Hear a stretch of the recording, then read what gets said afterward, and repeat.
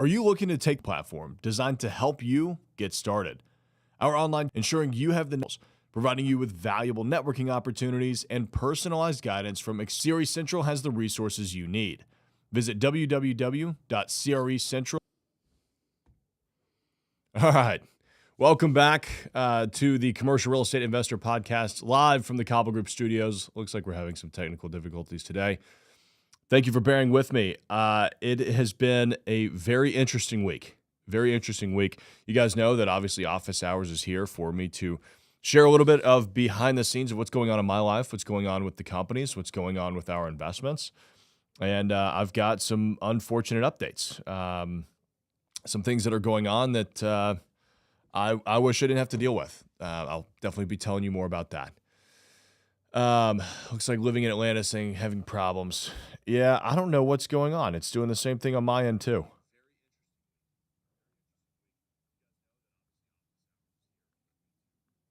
Yeah, it looks like oh, Sandy got me. All right. Well, sorry about that.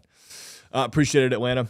Yeah, so anyway, the past week has been really interesting. I mean, one, we'll get to some updates on the Peerless Mill. We had a pretty big meeting last night. But over the weekend, some of y'all may know, I don't really broadcast it too much, but I was an investor in a bar. And it's weird to say the word was. It was a bar that was at the Wash, and it was a fun, creative outlet for me. But we had some managerial differences with one of our partners. He decided he wanted to go open up a second bar and thought that he could stay on with our bar too. We told him no, thank you. Let's start to transfer the bar. And instead, he worked with the team there to basically sabotage the bar. So he left on August 31st. We were taking over the management of it and planning on running it just as it had been, hopefully skipping no beats. And we found out over the weekend that the employees that were still there were stealing an immense amount from us. We're talking felony level theft from multiple bartenders that were still there. So we are getting the authorities involved.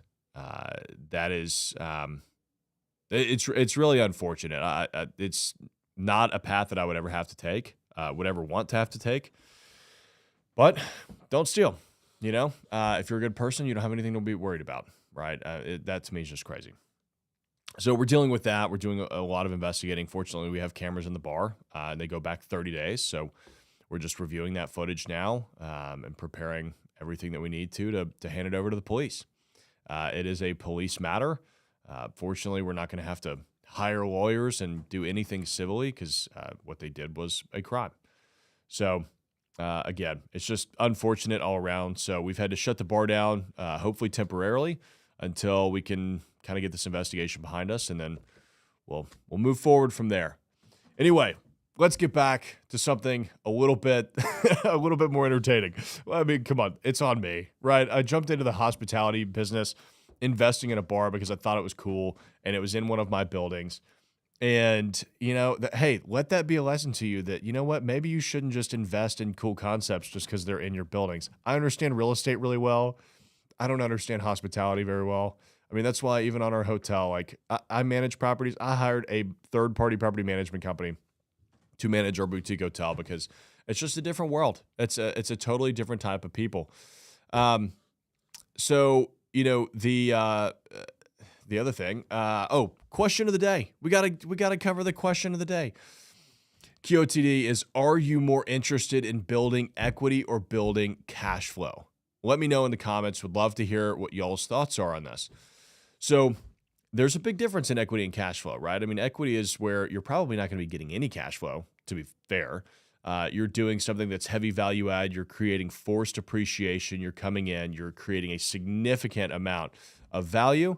And then you're probably going to refinance, pull some cash out, cash flow it a little bit, or just sell it, take that chunk and move on.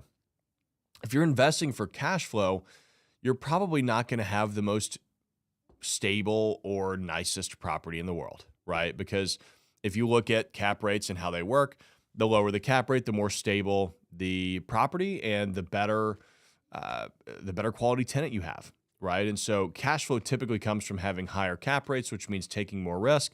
which is how people try to justify selling some of these assets. So there's pros and cons to each. I actually invest a little bit in both, right? You need some that are for cash flow and some that are for the equity.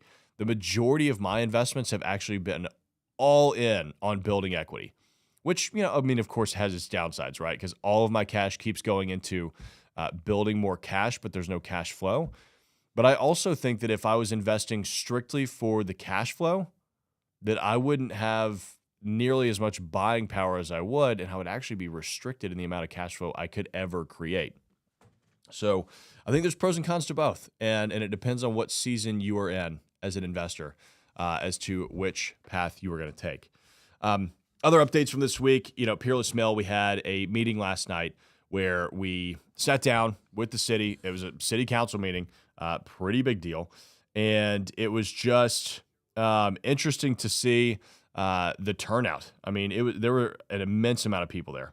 And again, I apologize for the lag if you're joining me live. I'm not sure what's going on there. But there were a lot of people there last night. I mean, we're talking 80 to 100 people in this room. And I wasn't the only one that was calling out some of the issues with the mayor. But, at the end of the day, my only goal was to just make everything super transparent so everybody knows exactly where the Peerless Mill project stands and what I need to get it moving forward. And that's what we accomplished. We had a great meeting last night. I think that it was the best case scenario for us. I think it was really good to see just the community support. I mean, when you're working on a project this size, there's always going to be people that are probably going to be against it, right? I mean, that's just the nature of commercial real estate development. But this is one of the reasons why I love that community. I love this project. It used to be the heart of Rossville, Georgia. I mean, the entire town was built around this mill, right? So they are all there wanting to have this revitalized. And I think that we are finally the developer that brought the plan that makes sense for them, makes sense for us, makes sense for the future of that city. So pretty neat to see. We dove into, the variance, because really what I need, we went through a rezoning. And you know what? Let me catch you up on Peerless Mill, because I think that this will be interesting for some of y'all. So we bought it 2 years ago. And when we bought it, it was zoned for heavy industrial. Well, nobody wants heavy industrial in the middle of their city, right? So we went through a rezoning process to get all of the other mixed uses that we need: office, retail, breweries, you name it. Well, phase one of the project is still light industrial, right? So we're talking light manufacturing, light assembly. We're talking about flex space, right? So think of any kind of flex user. So contractors, HVAC, plumbing, electric, storage, startup companies, e-commerce, businesses like that. And we had in self-storage. And unfortunately, in the rezoning, when it got to council, some items were removed that we needed to start phase one. So that was about a year ago when that happened. So then we went through an administrative change, right? The new mayor took office at the beginning of this year, of 2024. And we started working with him on putting a plan together to go ahead and get our variance, get our special use permit, because I need a variance for the I need a variance for the industrial outdoor storage. Because with that, the current code requires that we use or that we build a wrought iron or brick wall, a wrought iron fence or a brick wall to surround 3.5 acres of industrial outdoor storage. That's unbelievably cost prohibitive. We just can't do that. So we were going to get a variance for a chain link fence with vegetation around it, right? Some nice planting that will hide it. And we needed a special use permit to do indoor climate-controlled self-storage at the site, which is a great use for one of the buildings there, right? Because it's indoor, so you don't have to see it, right? That's usually everybody's complaint about self-storage. They just don't want to see it. Well, this is inside a beautiful historic brick building. And we were told back in April that had been submitted to the city attorney. Everything would be processed and put before the council in June. We would have our approvals in July, and we'd be able to start working on permits from there. And unfortunately, that's just not what happened. We ended up losing communication with the mayor. He ended up blaming it on the city council, saying that they didn't want it to move forward. I called him out on that in a public forum, and the city council had no idea what he was talking about. And, it's just an unfortunate event all around, right? So then we had the meeting last night. I wanted to just catch everybody up on exactly where the project, in order for us to start cash flowing the site to get the money to start reinvesting. But we also announced doing a second version of the wash. So another 6-bay food hall with a dog park and a playground, because they don't have anything like that near there. So really a public attraction. So we've got full community support behind us. We're really excited for that. We're really excited to be moving forward. We should be on the agenda next month for our approvals. We'll be taking it from there. So that's it. Those are the updates for me this week. I know that's a little more in depth on 2 occurrences than just some other things. I mean, I'm traveling a lot. I was in Charlotte. I was in Dallas. I was in Chattanooga yesterday. This is all literally within the last week, 2 weeks. I was in Chattanooga yesterday. I'm going to Memphis on Thursday to teach a class on transitioning from residential to commercial real estate. It's absolutely nuts. So welcome to my life. Let's open it up to y'all's questions and get over to that. John is saying, Tyler, good morning. Thank you as usual for this podcast. Was curious what salaried plus commission jobs are out there for commercial real estate. John, you know what? I don't know too many jobs that are out there that are salaried plus commission. I think when you get to some of the bigger commercial real estate brokerages, they may be able to or willing to give you a draw if you have some experience and can prove to them that you'll be able to pay it back. But it's basically a loan, right? If you want to get a salary and commission, commercial real estate, I mean, in my experience, that's just not a typical offering. You're either salaried or commissioned. So that's what I've seen. Again, you may be able to find a brokerage where they'll put you on salary. I don't like that option. I don't want salary plus commission because it caps my upside, and I know that I could sell. So that's kind of my thought on that. Kyle, what's going on, man? Good to see you, Kyle. Kyle's saying equity. I'm in it for the long haul. The cash flow will come. I can lean on my W-2 for now as I build my large portfolio. That's absolutely true. Yeah, that's how I am, man. Let's go build up all of the equity, and then let's go pay cash for a shopping center that will then just pay me $200,000, $300,000, $400,000 a year, and I don't ever have to worry about it. I'll take that. I'll do that level of investing. John is saying, sorry to hear that. Bar business is brutal. Dude, it is. Do not invest in the bar unless you want to be the one running the bar. It's just not worth it. I mean, damn. Brutal lesson. Robinson saying, good morning, Tyler. Hopefully everything went good with your meeting yesterday. I am more interested in cash flow. Yeah, Robin said everything went great with the meeting. I mean, like I said, I think it was best case scenario. And more interested in cash flow. I like that. I mean, here's the thing. Once you get to $2,000, $3,000, $4,000 a month in cash flow, maybe even $5,000, that's when I did the same thing, but that's when I would start looking at like, okay, let's build equity, because you think about, you could easily do a commercial real estate deal and make $2,000 or $3,000 passive a month, right? You think about forced appreciation, you could easily create $100,000 in 12 months of equity, right? So if you're only making let's say you're making $3,000 a month, it'll take you 3 years to make the same amount of money as it would in 1 year if you were going on forced appreciation. Now, the problem is cash flow, right? You got to have cash flow coming in to justify doing some of the stuff that you have to do. So it's kind of this fine balance. Like, I'd go out there and get that $2,000 to $3,000 a month in cash flow just so that you have it, right? Like, get your rent covered, and then go focus on making $100,000 or more. I mean, I've had some deals where I worked on them for 16 months, and I created multiple 6 figures of equity in those deals just by coming in, signing some leases. Let's see. Charlie's saying restaurants are a great idea when you don't own one. Yeah, they sure are. I love eating at restaurants. I couldn't imagine having to hire and manage a staff. It's not fun. And he's working on building cash flow for now as well. I love it. Diamond Sharp Capital is saying, Tyler, any recommendations for newer firms to connect with guarantors or capital partners that have the liquidity or lender requirements? We have a potential 504 SBA deal, but we need help. We are building a 17-vendor food hall and entertainment event venue, partnered with a consulting company which has built 13 of these. Well, I mean, Diamond, the first thing that I would do is lean on that consulting company and ask them, well, hey, if you've built 13 of these, who has been guaranteeing these notes? The tough thing that I will say is it's very difficult to find somebody that's willing to come in and sign on your note when they don't know you, right? And that's why it's so important to always be building relationships in this industry with people that could be a potential partner in the future. Like if somebody, I've had people come and ask me like, hey, Tyler, will you sign, on the debt of this project, and in exchange we'll give you some equity, we'll give you a preferred return, whatever. And I've entertained it a couple of times, but I almost always turn it down. And some of y'all are probably thinking, well, but Tyler, that's like you're just signing your name on it, and it's free equity, free money for potentially a good deal.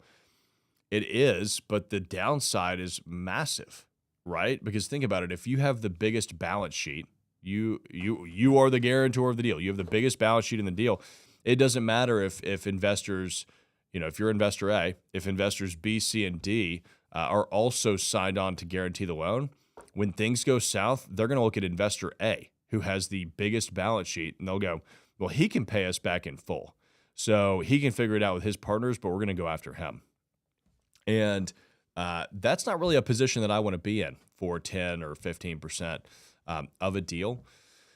So, Diamond, to answer your question, man, I mean, it's tough. I would just look for, who's in your current network. Look, if it's a cool 17 vendor food hall, come on, that's cool as hell. If it's really cool and you've done the homework, you've gotten your offering memorandums together, you've done all of the, financial underwriting, everything that you need there, you shouldn't have a problem finding guarantors, in my opinion. Could be interesting. So let's see. Karthik is saying, good morning, Tyler. I'm looking at acreage in Charlotte. I love Charlotte. I'm trying to figure out the leasing rates in the area. Any pointers in finding those easily? There's a plaza close by as well. So Karthik, it depends on what you are what kind of lease rates you're needing. Like if you just want to get an idea of retail leasing rates in the area, man, honestly, I would just go on Crexy or LoopNet and start diving into, what people are asking for rents. Now, that doesn't mean that that's what they are getting, but that does mean that's what they're asking, which means it's probably pretty close. The other thing you could do is start calling commercial real estate brokers that specialize in that specific use and asking them, hey, what are your thoughts on this? What would you do? What do you think? So that's kind of where I would take that. Leasing's tough, right? Like that's the one thing that if you are not constantly evaluating the market, you're not involved in deals, that's probably the number one thing that aspiring or new commercial real estate investors have an issue with is how do I determine what the lease rates are? And there's really only a couple ways to do it. It's looking at what people are asking for rents. You could do that online or calling commercial real estate brokers. It's really it, because it's not like there's some database of leases out there. There are some, look, CoStar will say they've got some leases. Some other groups will say they have some leases, but they really don't. Leases are private documents. I'll tell you this, I have 80 or 100 tenants across my portfolio, and I've had hundreds of tenants over the last 10 years as a broker, a property manager, whatever. I have never shared a single one of those leases with anyone. So if you think about how many leases that is that just aren't out there in the market, it's quite a bit. So Diamond saying, completely understand that, Tyler. We are certainly exploring every avenue we can think of, building relationships every day, but I'm just looking for other lines to open up. Thank you. Absolutely. Hey, why not? Somebody watching this might reach out because you dropped it in the live chat. I think that's a brilliant idea. So Diamond, just for future reference, typically what I like to do, figure out where those investors are going to be and then go hang out there. I looked at joining a country club for a little while just to rub elbows with those kinds of people. That is not who I am. So I decided not to do that because I was like, am I really going to go spend enough time at a country club to justify the amount of money that it costs? No. And I also don't enjoy that lifestyle, right? I mean, dude, I'm a big guy, bearded, covered in tattoos. I'm not the country club guy, but I mean, hey, that's where they are. You could also join, charity boards and use like family office conferences and all this kind of stuff. The other way that you can get around a personal guarantee is by bringing more equity to the table. So maybe you have to raise more capital and give a bigger chunk of the deal, but at least you don't have to worry about the guarantee. So it may be worth having the conversation with the bank to see what they think. All right, living in Atlanta saying, I'm interested in your mentorship program. I see several links in the description. Which one is about this program? I want to invest in flex space around the outskirts of Atlanta. Well, that I did not pay you for that, but I appreciate you asking. So the CRE Accelerator program is the one that you'd want to join. That's for commercial real estate investors. That mastermind, we've got, I think, 70, almost over 70 members now, which is wild because we just started this I started it a year ago. It was last August, but I didn't actually start it until May 1st of this year. I think we had 10 members as of May 1st, and then I just went all in on focusing on the mastermind, and we've added about 60 since the spring. So it's great. It's a phenomenal group. The link is crecentral.com, and there's a link in there to book a call with me. You will actually be speaking with me. The mastermind for me is not like this like big venture that I want to scale to infinity. It is literally a group of people that I hang out with, and we mastermind around how to do commercial real estate better, right? And so I'm very picky about who I let in because I spend a lot of time on it. But if you book a call to talk to me about the mastermind, you will be talking with me. I take it very, very seriously. She's asking, can you describe the group coaching? Yeah, absolutely. So the way that it works is we have weekly group coaching calls Mondays at 5:30 p.m. Central Standard Time. Marcus is saying, great program. Would tell anyone to join. Marcus is one of our students. Kyle Wallitner is one of our students. Charlie Stanfill is actually one of the students. We've had a bunch of guys jumping in on the live stream, which is cool to see. Thank you for the plug, Marcus. I appreciate that. You should go watch Marcus's video, by the way. He's the one that we did the ground up flex video. It was my last video on the channel. Beautiful project. I mean, he's doing what we like to call luxury flex. And he absolutely crushed it. Charlie's saying I could double down on that. So living in Atlanta, it's Mondays at 5:30 p.m. Central Standard Time is when we do the group coaching calls. And it's a mix of, my teaching subjects. It's 100% driven by the students. So if a student comes in and says, hey, Tyler, I need to learn more about seller financing because I'm negotiating that with a seller. Great. Let's talk about that. So we actually had that 3 or 4 weeks ago. I had a student ask about that. So I put together a 20-minute presentation on seller financing, including here's all of the pros and cons for the sellers that you could share with them. Here's a script on how to pitch it. Here's like 7 different ways to structure it. So it was a great discussion. After the presentation, we all talked about it. And then we ended up, we're typically diving into deals. So more often than not, students are bringing deals to the table and we're reviewing them, right? So let's look at the marketing. Let's look at the surveys. Let's look at your, civil engineering drawings. Let's look at, what your lease rates might be. Let's review your underwriting. So, I mean, it's kind of a, hey, I'm going to give you a library of additional resources that you can't find anywhere else. And, I'm going to be there looking over your shoulder, making sure you're doing it right. So that's it. Oh, Kyle jumped back in. Yes, do it. Great group. Dustin's also in the group. Great video, Marcus and Tyler. That's funny. I appreciate you guys. Y'all are great. Let's see. Karthik is saying, do you have any references for realtors who deal with flex spaces who can help in the Charlotte area? You know what, Karthik? That's a great question. I don't off the top of my head, but I know a lot of people in Charlotte. So let's do this. If you want a reference to somebody in Charlotte that does flex, shoot me an email, office@thecobblegroup.com. I'll text my buddy Adam. You've probably seen him on my Brokers Roundtable. He is the go-to retail broker in Charlotte. So I'll give him a call and I'll see who he would recommend. Living in Atlanta is saying, thank you. I'll book a call soon. Looking forward to connecting with you. It's a lot of fun. We really enjoy it. I love talking about commercial real estate, right? It's very, very self-fulfilling, for sure. we're gonna have an interesting video coming out next. I mean, it's one that I haven't really done before, but I've been asked a couple of times. I'm not gonna sit here and be like, everybody's been asking for it. I have been asked a couple of times though, more about like my background and how I got started and all of that. So we're doing a little biographical video on me and getting started in the industry and kind of my journey, so y'all can get to know me a little bit better. It's interesting. So the camera team followed me around working on the farm because that's what I love doing on the weekends is working on the farm. And just talking about sales and commercial real estate and all the fun stuff. So it's that'll be a good one. That should be coming out on Thursday. And I will be down in Memphis teaching a class. That'll be my first actual in-person teaching on this subject. I've done a lot of live streams, like webinars on transitioning from residential to commercial real estate. And that is seeming to be the most popular topic that I could talk on, which is pretty fun. It sounds like there's a lot of residential real estate investors out there that are kind of getting a little tired of dealing with either residential tenants or multifamily assets. I know Kyle can relate to that. He had a fun project in Kansas City.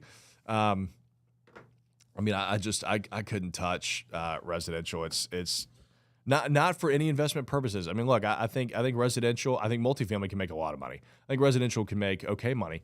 For me, honestly, the biggest thing is like, I just don't, if a business doesn't pay me rent, I have no mercy. No mercy at all. This is a business decision. Get the hell out of my building, right? If you can't pay me, rent, move on. But if it's like, somebody's grandma or a single mom and they can't pay their rent, like I don't want to deal with that. I would be the softy that's like, no, it's fine. Just stay. Like, we'll figure it out.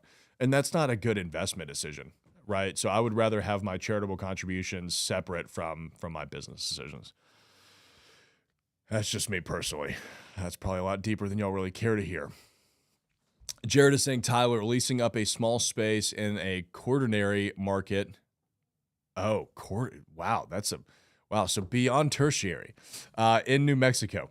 Thoughts on approach, lease terms, step ups. We are not local and aren't working with a broker yet. Jared, here's the thing. If you're going to a small market like that, you're probably not even going to have a broker that you're going to really be able to work with. To put it in perspective, like even when we go to Chattanooga, Keller Williams is the dominant commercial real estate brokerage there. I don't know any other market in which Keller Williams is the dominant commercial real estate brokerage. So, I mean, honestly, what I would say is I would just negotiate as best as you can and make sure that it works for your business, right? At the end of the day, the market rate is what you're willing to pay because you are the market. Yeah, he's saying, yeah, I don't think a broker would take this one. Yeah, probably not. I would just make sure that the numbers work for your business, that you feel good about the terms. I mean, here's the thing. How much money do you have to invest into it? Because I think that's going to help determine how long of a lease term you want. If it's a very risky market, I would go for as flexible of a lease as possible. They're going to not have as much leverage, right? It's not like they're going to say, no, you have to sign a 10-year lease because there may not be another person that comes along for a while to sign the same lease. So you can say, look, I'll sign a 6-month, a 12-month lease, with 4 12-month renewals, right? That way you can unilaterally renew every year if it makes sense for you to do.